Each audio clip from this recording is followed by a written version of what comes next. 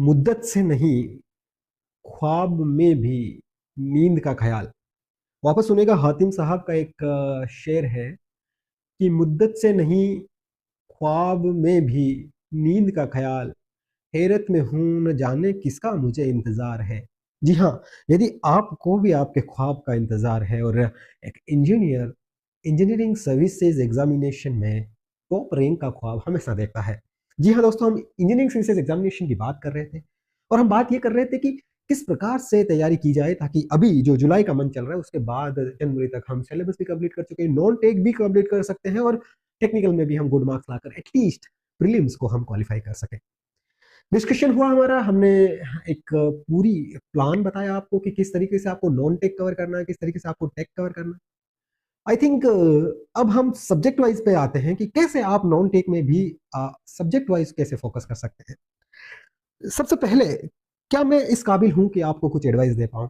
क्या मैं इस काबिल हूं कि मैं इतने बड़े मंच पर, जहां पर कोई भी रैंडमली मुझे देख सकता है, वहां पर खड़े होकर मैं आपको आपके भविष्य के आगे के 6 महीने की पूरी समय को मैं कैसे आप यूटिलाइज करोगे उसके बारे में मैं आपको कुछ गाइडेंस दूं और आप मेरी गाइडेंस सुनकर 6 महीने अपने बर्बाद कर सको या फिर आबाद कर सको, वो आप जजमेंट करने के लिए मैं पहले अपना इंट्रोडक्शन दे देता हूँ। क्योंकि यदि आप कैपेबल हैं तभी आप ज्ञान दे सकते हैं, अदरवाइज आप एटलीस्ट दूसरों को थोड़ा ध्यान रखें कि फालतू की एडवाइस ना दें। तो मैं आपको बता दूं, कुछ simple source: 5 times GATE qualified, I have 3 times BARC exam qualified, ISRO exam qualified, DRDO exam qualified, NPCL interview experience, engineering services 2 times Williams qualified. Mains में मैं अपियर नहीं हुआ हूं due to some family conditions और due to some personal conditions, में mains दिया ही नहीं था मैंने।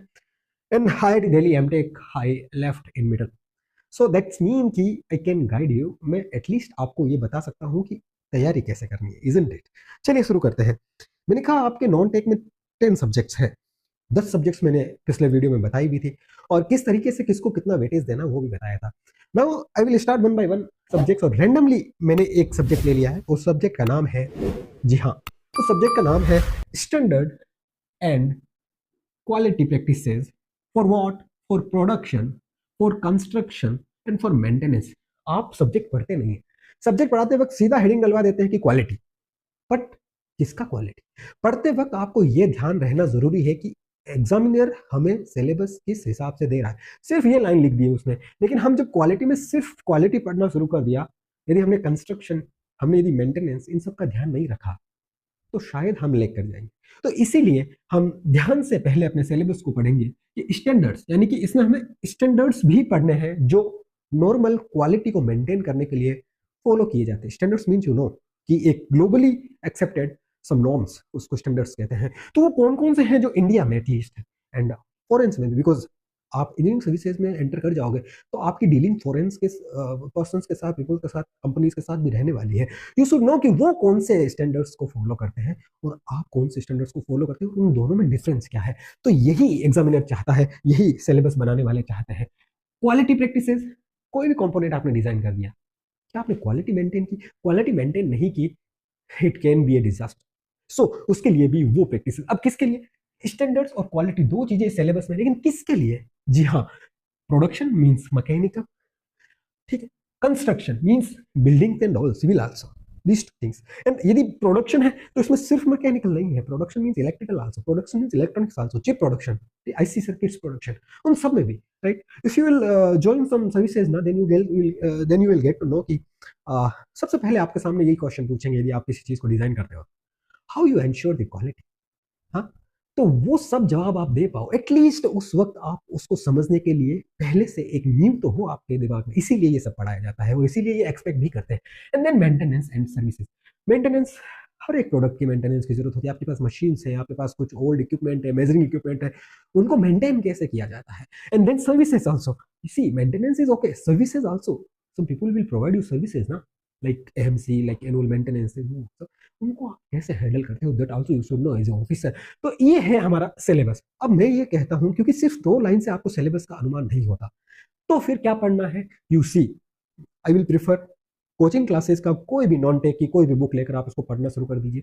क्योंकि उन्होंने जितना रिसर्च मैंने किया, जितना रिसर्च मैंने उनको पढ़ा है, उन्होंने सब कुछ करके ही उसमें कंटेंट दिया। बिकॉज कोचिंग क्लासेस के पास एक पर्सन होता है जिनको वो लाखों रुपए देते हैं just to get to know कि इस सिलेबस में क्या क्या आ सकता है।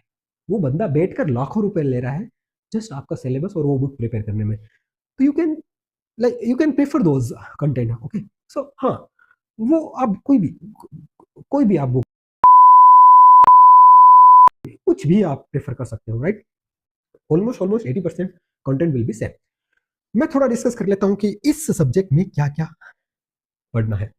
First thing is quality concept. सबसे पहले आप क्वालिटी ही समझ लो।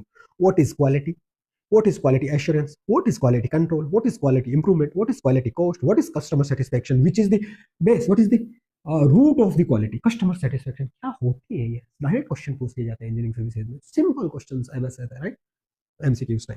सेकंड है क्वालिटी गुरुज कौन कौन है, किसने ये टर्म बनाई, क्वालिटी क्यों बनाई, कौन कौन थे, जो जैसे हम पढ़ते हैं ना इलेक्ट्रॉन की खोज उसने की, प्रोटॉन की उसने की, लाइक दैट क्वालिटी में कौन कौन गुरु थे, डेमिंग था, जुरान था, क्रॉस बाय था, इशाकावा था, तगुची था, कौन कौन थे, क्या क्या दिया उन्होंने, वो सब पढ़ो, सब पढ़ो, ज्यादा टाइम नहीं लगेगा। दिस सब्जेक्ट आई बिलीव कि in with in one week daily if you study for 2 hours, यानी कि total I will give 15 hours for this subject. 15 hours में you can complete this subject, believe me. ये सब चीजें आपको पढ़नी है, राइट। देन नेक्स्ट आपको पढ़ना है एसक्यूसी। क्या है, क्वालिटी कंट्रोल के स्टेटिस्टिकल टूल्स। हाँ, तो उसमें कंट्रोल चार्ट्स आ जाते हैं बहुत तरीके के, एंड देन प्रोसेस कैपेबिलिटीज आ जाती है। प्रोसेस कैपेबिलिटीज, सिक्स सिग्मा, इन सब के बारे में भी आपको पढ़ना है, अच्छे से पढ़ना है, क्वेश्चंस पूछे जा सकते हैं, राइट। सैम्पलिंग के बारे में आपको पूरा एक चैप्टर मिलेगा, उसको पढ़ना है। सैम्पलिंग प्लान क्या होता है, प्रोड्यूसर्स रिस्क क्या होती है, consumers risk, simple question, what is AOQ, इनके बारे में बहुत बार इंजीनियरिंग सर्विसेज में क्वेश्चन पूछे हैं पिछले 5 सालों में। एओक्यूएल क्या होता है, ओसिस कर्व क्या होता है, ये सब बारे में क्वेश्चन पूछता रहता है, राइट। ये है एसक्यूसी। फिर next is total quality management. Yes, total quality management, TQM.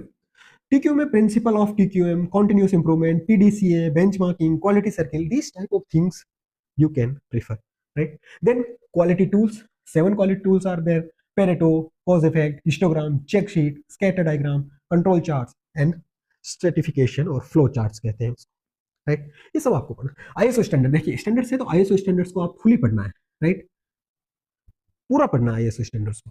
Then maintenance आ गया तो रिलायबिलिटी को पूरा पढ़ना है। रिलायबिलिटी है क्या, मीन टाइम बिटवीन फेलियर क्या है, टू फेलियर क्या है, फेलियर रेट क्या होती है, बार टप क्या होता है, अवेलेबिलिटी क्या होती है, मेंटेनेबिलिटी क्या होती है, ये सब चीजें आपको पढ़ने की जरूरत है।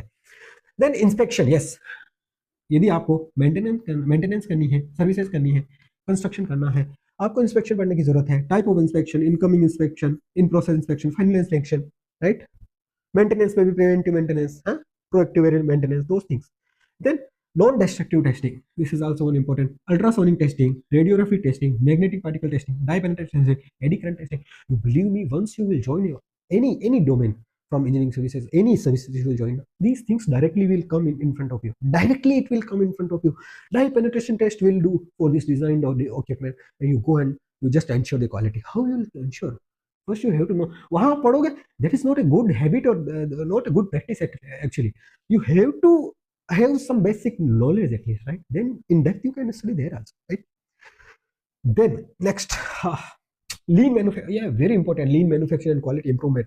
What is 5S, who is Kaizen, what he has given, पोकायो का क्या है, जीआईटी क्या है, वैल्यू स्ट्रीम मैपिंग क्या है, जिट, जस्ट इन टाइम, ये वो सब चीजें पढ़नी है। फिर स्टैंडर्ड्स हमने आईएसओ तो पढ़ लिए, लेकिन इसके अलावा कौन कौन से हैं उनको भी आपको क्या करना है, जानना है।